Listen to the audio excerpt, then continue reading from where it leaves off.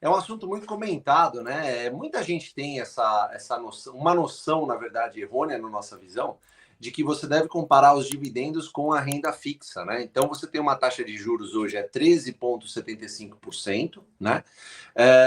Uma inflação que o governo diz que é de 6, 7, da ordem de 6, 7%, ou vai ser, enfim. E você tem a gente aqui, né, os dinossauros do dividendo, dizendo para você que 6% de dividendos é uma métrica muito boa para que você leve em consideração na hora de comprar suas ações. E muita gente nos pergunta o porquê 6%. Então, é uma pergunta que a gente entende que seja legítima. É legítimo pensar nisso, né, Felipe Jean? Quem está começando, eu acho que é natural. Eu também tive essa dúvida quando estava começando. Eu falava, poxa, mas por que eu vou comprar uma ação que me paga 6% de dividendos, sendo que se eu colocar esse mesmo dinheiro numa renda fixa, num CDB da vida, alguma coisa do gênero, eu vou conseguir 13%, 14%. E a gente entende, pessoal, é normal que você tenha essa dúvida, não fique triste em ter essa dúvida. Realmente é uma dúvida que muita gente tem. Eu vou falar um pouquinho sobre isso. Passo a bola para o Felipe, para o Jean, a gente arremata para ver se vocês entendem. Se ficar alguma dúvida, eu proponho que vocês mandem aqui no chat, tá? A gente vai tentar responder da melhor forma possível, porque, de fato, é uma dúvida bem recorrente. Pessoal, as empresas que estão nos setores best, elas têm o poder de absorver a inflação ou de absorver essas taxas, por exemplo, a taxa de juros de 13,75 e ainda pagar o dividendo depois de pagar os seus compromissos, de pagar os seus impostos, de pagar os seus funcionários, enfim, de pagar toda uma cadeia para que o produto final seja produzido e ainda vai te dar esse 6% de dividendo. Então é diferente você falar dividendo e você falar de renda fixa, que é o que a gente chama de perda fixa. Eu convido você a pensar da seguinte forma. Philips, Felipe Jean, vou passar para você. A gente vai vou tentar dar o gancho aqui para a gente tentar fazer uma coisa bem dinâmica e bem legal. A gente vai comprar um saco de arroz no mercado esse ano, daqui um ano. Vamos supor que está 10 reais um saco de arroz. Eu vou daqui um ano. Como é que está esse saco de arroz daqui um ano? Como é que a empresa que fabrica esse saco de arroz vai precificar isso daqui a um ano e distribuir, de repente, dividendos para os acionistas? Vamos lá.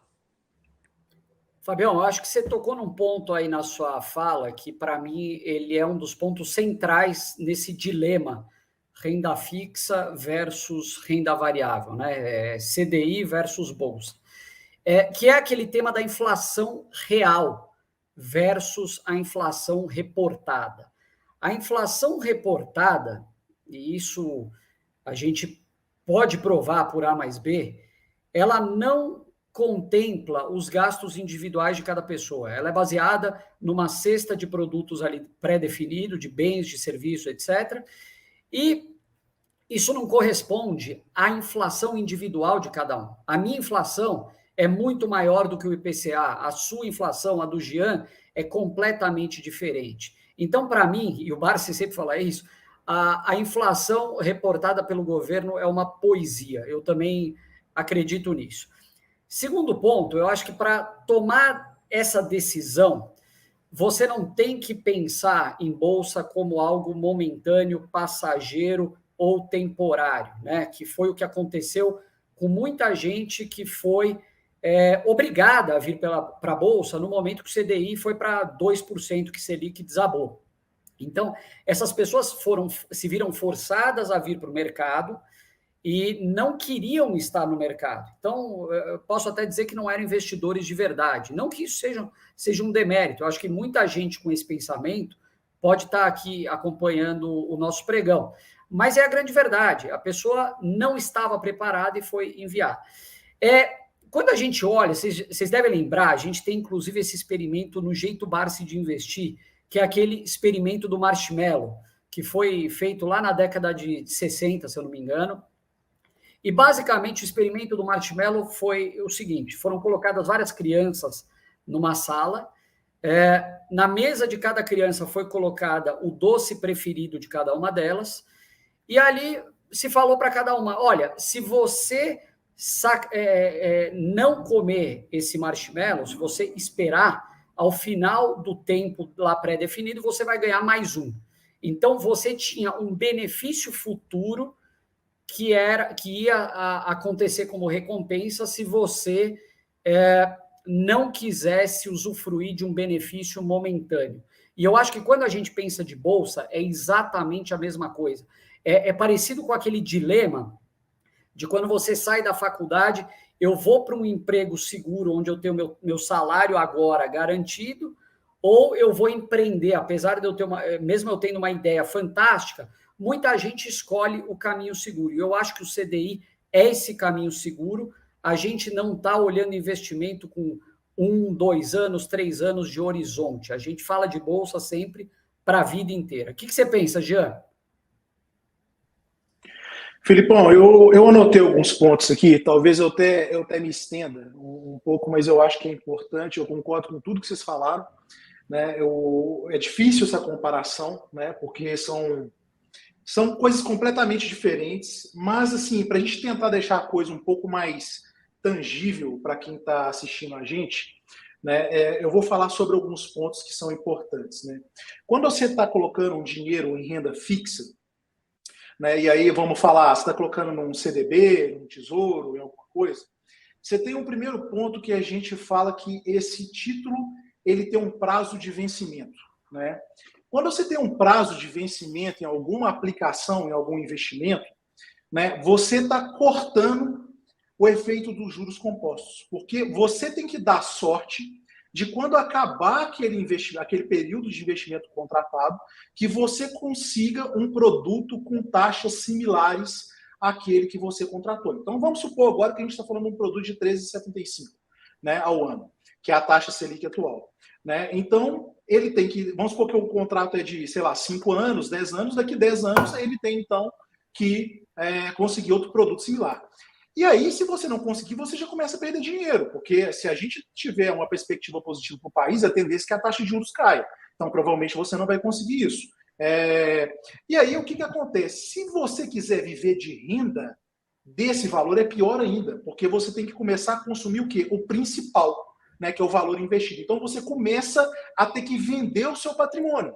E aí, você precisa torcer para que você morra antes de acabar o dinheiro, né? Porque senão você vai passar fome.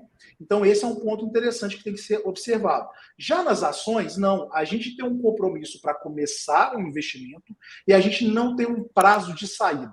Então, quando a gente tem essa dinâmica de investimento em boas empresas pagadoras de dividendo, a gente começa hoje, mas a gente pode ficar o resto da nossa vida, e esse efeito dos juros compostos, ele nunca vai ser cortado, ele sempre vai ser alimentado para a raiz, para a árvore crescer, raiz, os frutos, tudo bonitinho, para você conseguir colher tudo isso que você plantou sem o quê? Sem precisar vender.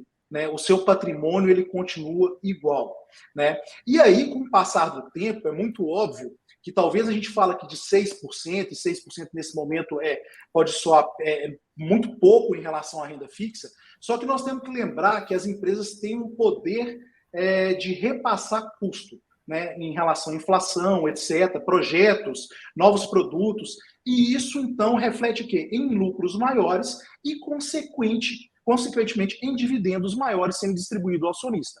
Então, não necessariamente o que você recebe hoje é o que você vai estar recebendo futuramente. Né? Então, é o que a gente chama de yield on cost, né? Que é os dividendos recebidos nos últimos 12 meses dividido pelo seu preço que você pagou, pelo seu preço médio. E esse yield on cost ele pode começar talvez com 6%, mas com o passar dos anos, a gente tem yields on costs extremamente altos. Então, por exemplo, o Barsi mesmo que está há 50 anos, ele tem yield on cost de 60%, 70%.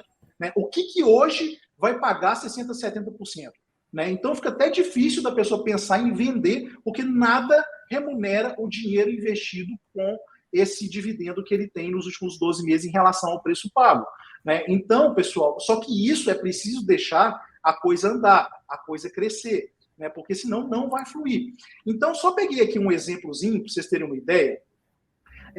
Se a gente pegar duas ações que são muito conhecidas aqui, Banco do Brasil e Taesa, a taxa média de crescimento anual de dividendos do Banco do Brasil dos últimos 10 anos é de 18,43% ao ano. Tá? Da Taesa, dos últimos 10 anos, é de 15,54%. Né? Então, olha para você ver. Se você olhar aqui sem um binóculo para a esquina, você vai conseguir enxergar muito próximo e é justamente a pessoa que está olhando agora para uma renda fixa, né, pensando no curtíssimo prazo. Mas quando a gente fala de um horizonte de 10 anos, 20 anos, vida toda, a gente consegue ver como que a taxa média de crescimento dessas empresas, né, elas são muito mais poderosas do que uma renda fixa, conforme eu acabei de mostrar aqui do Banco do Brasil e da Taesa. Só que, novamente, é preciso deixar a coisa fluir. Diga, Felipe. E Jean, lembrando que a gente nem mencionou cotação aqui, né? A gente está falando só de dividendo. Quando você olha o retorno total, a gente enxerga muito mais a cotação como uma consequência, a valorização, aliás, como uma consequência. Se você somar as duas coisas, você tem a resposta do porquê olhar para ações é muito mais interessante, principalmente em momentos que elas estão largadas como agora.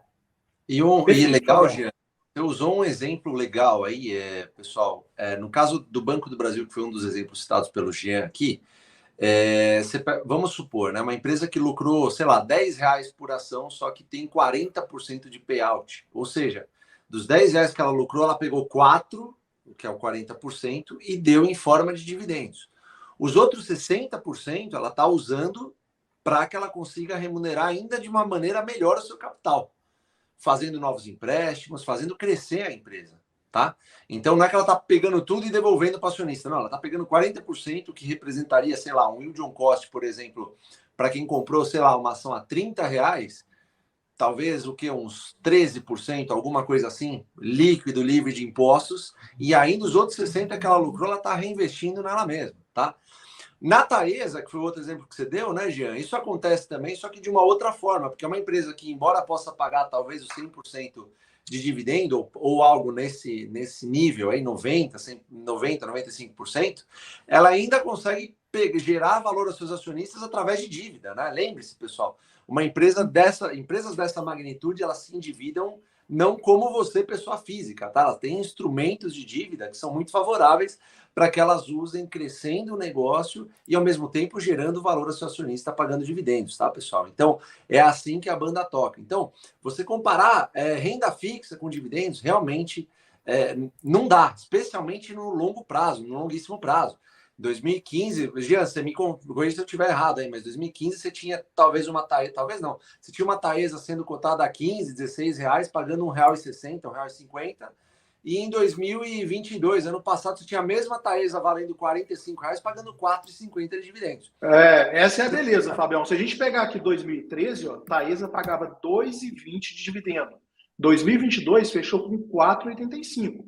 Aonde você consegue, né, uma mudança de patamar do que você está recebendo, né, em relação a qualquer outro produto que a gente tem disponível. Isso não acontece. Em renda fixa, você tem uma taxa contratada que tem um prazo de validade, vencimento, né, e você não tem como aumentar essa taxa, né, um retorno maior, né, em dividendo. Isso não acontece, não existe. Né? Então, quando a gente tem uma empresa igual a Taesa, que a gente está citando o exemplo, que é fantástica, você tem repasse de IPCA, IGPM dentro das linhas, das concessões contratadas, né? Isso tudo reflete no dividendo que está sendo distribuído. Tudo bem, você ainda paga uma conta de luz mais alta por causa disso, né? Mas você pelo menos surfa na onda também, né, com esses repasses que são feitos, e você, como acionista, recebe um lucro, né, que te ajuda sem dúvida nenhuma no futuro. É muito importante vocês se inscreverem no canal, porque ele representa a nossa voz, tá entendendo? Nós não temos uma didática tão fundamental e tão objetiva como tem aí o canal. E o canal, ele é um órgão de divulgação que procura não adivinhar, mas transmitir aquilo que realmente é importante que os senhores saibam para se conduzirem de uma forma positiva no mercado de valores.